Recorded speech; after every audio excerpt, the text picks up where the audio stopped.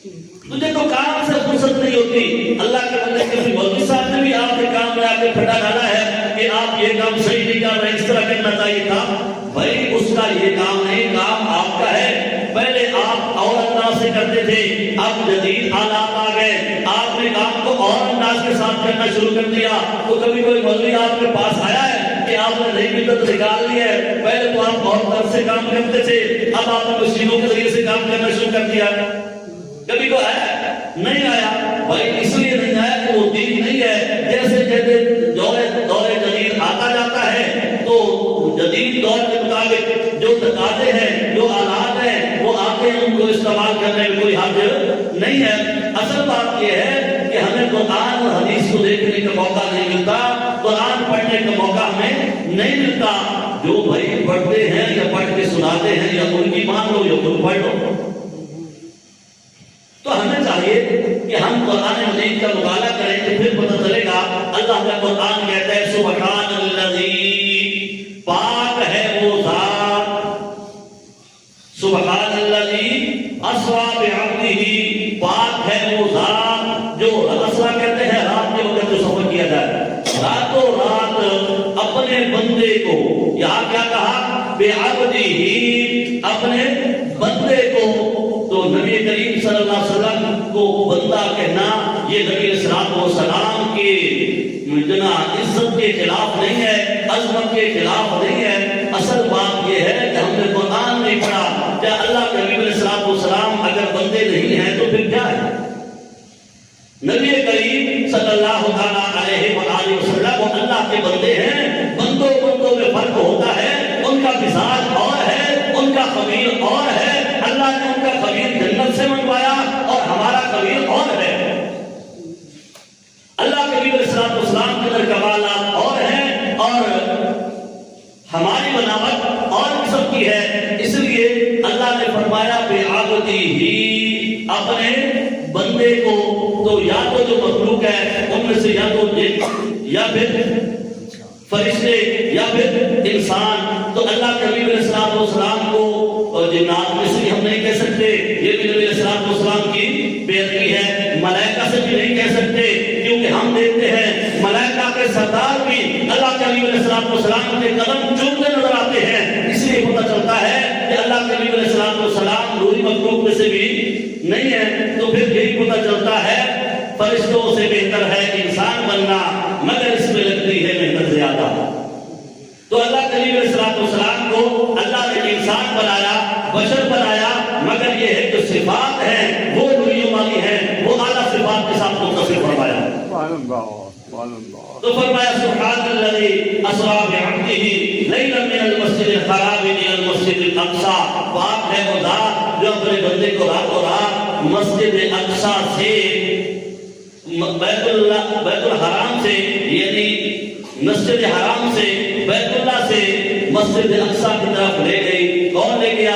یہ میرا پروردگار لے گیا. یہ ہوا کیوں؟ بعض روایات میں یہ آتا ہے کہ نبی علیہ السلام اپنی پھوپھی ام ہانی کے گھر میں تشریف فرما تھے, وہاں سے معراج ہوا. اور بعض روایات میں یہ آتا ہے کہ قرآن کہتا ہے بیت الحرام سے لے گئی اللہ پاک پروردگار کی ذات. تو اس میں آپ کو نظر آئے گا کہ وہ بات اور ہے, یہ بات اور ہے, اور بات نہیں ہے, بات ایک ہی ہے. اب ذرا اس پس منظر کو سمجھیے کہ پس منظر کیا تھا. پس منظر یہ تھا کہ اللہ کے نبی علیہ السلام کو نبوت ملے ہوئے 10 سال ہو چکے تھے. کتنے سال ہو گئے تھے بھائی؟ 10 سال.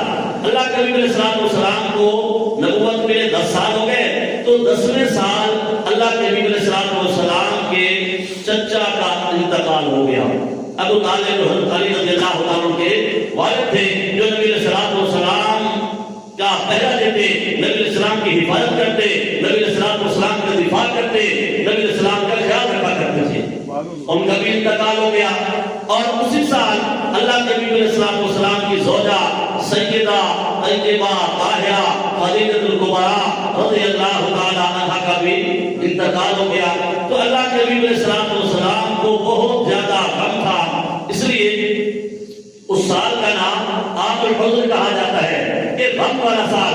اللہ کے نبی علیہ السلام کو اس سال بڑا دکھ ہوا کہ نبی علیہ السلام کے چچا بھی اس دنیا سے پردہ فرما گئے, اور نبی علیہ السلام کی زوجہ بھی, یعنی باہر وہ دفاع کرتے تھے، باہر سے بھی پریشانی، تو مکے والے بھی بات نہیں مانتے تھے، وہ بھی اپنے اللہ کے حبیب علیہ السلام کے ستانے میں انہوں نے کوئی کمی نہیں چھوڑی تھی۔ لہذا اللہ کے حبیب علیہ السلام وہاں سے جب تنگ ہوئے تو اللہ کے حبیب علیہ السلام مکہ چھوڑ کر طائف تشریف لے گئے، مکہ چھوڑ کر طائف تشریف لے گئے، تاکہ یہ لوگ تو بات نہیں مانتے، میں جا کے طائف والوں کو دعوت دیتا ہوں۔ اللہ کے نبی علیہ السلام جب وہاں تشریف لے گئے تو وہاں دو سردار تھے، ان سے جا کے ملے، ایک سے بات کی، اس نے بہت ہی بدتمیزی کا مظاہرہ کیا۔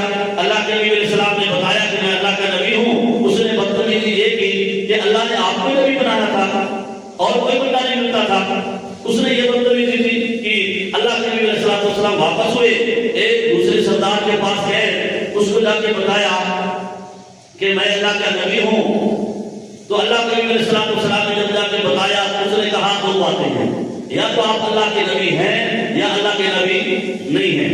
اگر تو آپ اللہ کے نبی ہیں، جھوٹے ہیں، تو میں آپ سے بات نہیں کرنا چاہتا، اگر آپ نبی ہیں، سچے ہیں، تو ایسا نہ مجھ سے کوئی غلطی بے ادبی ہو جائے، لہٰذا میں آپ کے ساتھ بات ہی نہیں کرنا چاہتا۔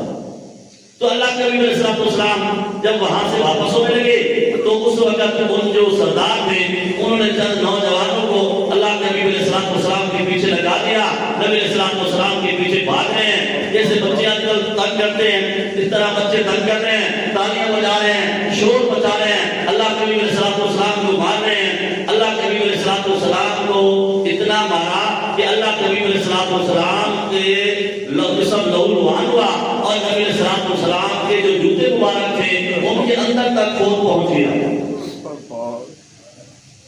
تو اس وقت پروردگار کی طرف سے فرشتے اجازت مانگی، اے اللہ ہمیں اگر اجازت دے تو ہم ان کو ملیا بیٹھ کر کے رکھ دیں، دو پہاڑوں کو آپس میں ملائیں اور طائف والوں کو تباہ و برباد کر دیں۔ نبی علیہ السلام کے پاس فرشتہ آ گیا، اگر آپ چاہیں میرا محبوب تو ہم ان بستی والوں کو ملیا بیٹھ کر کے رکھ دیں، اگر آپ چاہیں تو ہم ایسی چیز ماریں کہ ان کے کلیجے پھٹ جائیں۔ تو اللہ کے حبیب علیہ السلام اس وقت جب جسم لہولہان تھا تو اس وقت میرے محبوب نے فرمایا وما ارسلناک الا رحمۃ للعالمین، اللہ نے مجھے تمام جہانوں کے لیے رحمت بنا کے بھیجا ہے۔ اللہم اہد قومی فانہم لا یعلمون، فرمایا اے اللہ میری قوم کو ہدایت عطا فرما، یہ مجھے پہچانتی نہیں ہے اس لیے یہ بدتمیزی کر رہی ہے، لہٰذا یہ جانتے نہیں ہیں، اے اللہ ان کو ہدایت نصیب فرما۔ نبی علیہ السلام نے اللہ سے دعا مانگی، اے اللہ اس قوم کو ہدایت نصیب فرما۔ نبی علیہ السلام نے فرمایا یہ نہیں تو ان کی جو اولادیں ہیں میرا پروردگار ان کو دین کی توفیق عطا فرما دے گا۔ چنانچہ ایسا ہی ہوا کہ اللہ تعالیٰ نے پھر ان کی اولادوں کو دین اسلام سے بہرحال فرما دیا، یعنی دین اسلام ان کو عطا فرما دیا۔ تو اللہ کے نبی علیہ السلام جب طائف سے واپس آئے تو ادھر سے بھی دل دکھا ہوا تھا، تو اللہ کے نبی علیہ السلام اپنی پھوپھی کو میہانی کے گھر تشریف لائے، کیونکہ تنگ تھے، پریشان تھے، تو وہاں آئے، وہاں رات کو قیام تھا تو وہی جبریل آئے، نبی علیہ السلام کو جگایا کہ اللہ آپ کی ملاقات کا مشتاق ہے، اللہ آپ کو بلانا چاہتا ہے۔ اے اللہ کے نبی علیہ السلام کو کیے، اللہ کے نبی علیہ السلام کو جگایا اور جگا کے سیدھا بیت اللہ کے اندر لے کے آئے۔ نبی علیہ السلام فرماتے ہیں جب مجھے بیت اللہ کے اندر لے کے آئے، جبرائیل علیہ السلام اور حضرت میکائیل علیہ السلام دونوں میرے پاس آئے اور پھر کیا کیا، فرمایا وہاں زمزم کے پاس مجھے لٹا دیا اور وہاں کیا کیا، پھر آج دنیا کہتی ہے کہ بڑی ترقی کا لے ڈاکٹر آپریشن ہوتے ہیں، پہلے نہیں ہوتے تھے، دیکھیے اللہ کے نبی علیہ السلام کو تو پہلے آپریشن ہو گیا۔ وہ فرماتے ہیں اللہ کے نبی علیہ السلام فرماتے ہیں کہ مجھے لٹا دیا گیا، مجھے لٹا کے جبریل نے مجھے کہا کہ آپ لیٹ جائیے، میں لیٹ گیا، اس کے بعد میں دیکھ رہا ہوں، فرمایا میری آنکھیں کھلی تھی، میری آنکھیں کھلی تھی، میں دیکھ رہا تھا، میرے سینے کو چاک کیا گیا اور وہاں سے میرے دل کو باہر نکالا گیا، ایک سونے کا تاج تھا اس کے اندر رکھا گیا، میرے دل کو آگ زمزم کے ساتھ دھویا گیا اور فرمایا حکمت اور بصیرت کے موتی تھے جو جنت سے لائے گئے تھے۔ پھر میرے پروردگار نے وہ ایمان کو تھالیوں کے اندر اور حکمت اور بصیرت کے موتی تھے، فرمایا وہ میرے دل کے اندر دوبارہ بھر کے پھر دوبارہ سی دیا گیا۔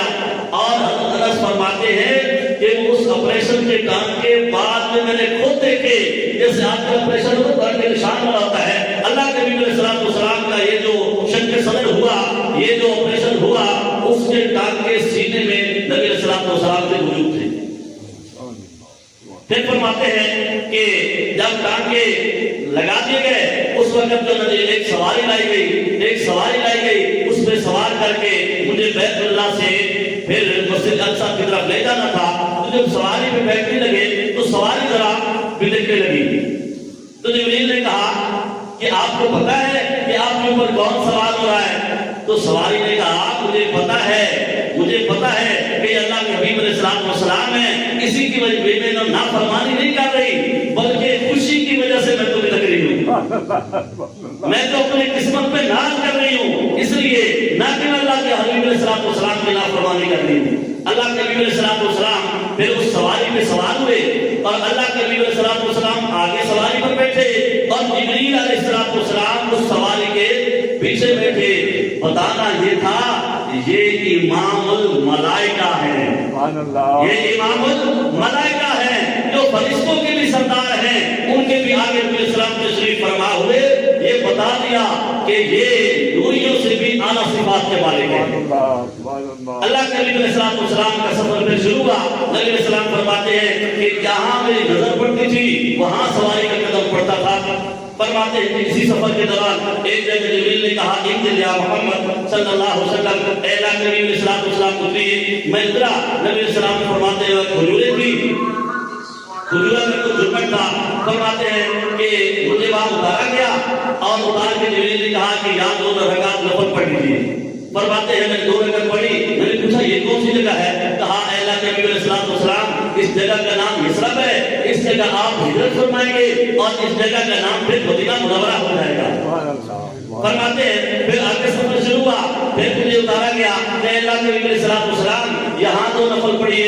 میں نے 2 نفل پڑھے. میں نے پوچھا یہ کون سی جگہ جبریل؟ کہا کہ یہ وہ جگہ ہے جہاں پر موسیٰ علیہ السلام کو کتاب ملی، یہاں 2 نفل پڑھیے. پھر فرماتے ہیں کہ آگے تھوڑا سفر شروع ہوا. نبی علیہ السلام نے فرمایا انزل یا محمد. جبریل نے کہا انزل یا محمد. میں اتر آیا. 2 رکعت کہا نفل پڑھیے. میں نے نفل پڑھے. میں نے پوچھا یہ کون سی جگہ ہے؟ کہا یہ وہ جگہ ہے جہاں پر حضرت عیسیٰ علیہ السلام کی ولادت ہوئی. پھر فرماتے ہیں کہ مجھے ایک چوتھی جگہ پہ پھر اتارا گیا. پھر کہا نفل پڑھیے. میں نے کہا یہ کون سی جگہ ہے؟ کہا یہ شعیب علیہ السلام کا مسکن ہے، آپ یہاں کے 2 نفل پڑھیے. فرمایا جب آگے سفر شروع ہوا تو میں نے دیکھا اپنی سواری پہ سوار ہوں. ایک بڑی شکل پچکے ہوئے دال اور جھریاں پڑی ہوئی ایک عورت، بڑی عورت میرے سامنے سائڈ پہ مجھے بلا رہی کہ یا محمد پکارنے لگی. فرمایا میں تھوڑا متوجہ ہونے لگا. پھر جبریل نے کہا آپ سیدھے چلیے. میں سیدھا چلا. پھر فرماتے ہیں آگے چلے تو آگے ایک بوڑھا کھڑا تھا تو وہ نظر آیا تو اس نے بھی پکارا. تو نبی السلام فرماتے ہیں کہ جبریل نے کہا آپ سیدھے چلیے. جب وہاں سے آگے نکل گئے میں نے کہا جبریل تو یہ کیا وجہ تھا؟ یہ بوڑھی اور بوڑھا کون تھے؟ بتایا کہ اللہ کے نبی صلی اللہ علیہ وسلم یہ جو بوڑھی ہوئی عورت تھی نا یہ دنیا تھی، اس کی عمر اتنی ہی باقی ہے دنیا کی. یہ دنیا ہے. اللہ کا شکر ہے کہ آپ دنیا کی طرف متوجہ نہیں ہوئے. اس لیے اللہ کے نبی صلی اللہ علیہ وسلم کے دل میں ذرا برابر بھی دنیا کی محبت نہیں تھی. تو پھر نبی علیہ السلام نے پوچھا وہ بڑا کون تھا؟ تو جبریل نے بتایا اللہ کے نبی علیہ السلام یہ شیطان تھا. اللہ کا شکر ہے کہ آپ شیطان کی طرف بھی متوجہ نہیں ہوئے. یہ جو بندہ تھا یہ بڑا تھا، یہ شیطان کی طرف متوجہ کرنا چاہتا تھا. الحمدللہ ساری زندگی میں اللہ کے نبی علیہ السلام پر شیطان کا اثر نہیں ہوا. اس لیے کہ اللہ کے نبی علیہ السلام کو سفر میں متوجہ نہیں ہوئے. اور پھر آگے راستے میں ایک جگہ دیکھا. نبی علیہ السلام نے ایک جگہ ہے ایک قبر میں نبی علیہ السلام فرماتے ہیں میرے سامنے کھلی ہے. میں دیکھتا ہوں حضرت موسیٰ علیہ السلام ہے اور وہ کھڑے ہو کر اپنی قبر کے اندر نماز پڑھ رہے تھے. اور پھر اسی طرح اللہ کے نبی علیہ السلام مختلف راستوں سے ہوتے ہوئے اللہ کے نبی علیہ السلام مسجد اقصی پہنچ گئے. وآخر دعوانا الحمدللہ رب العالمین. سنت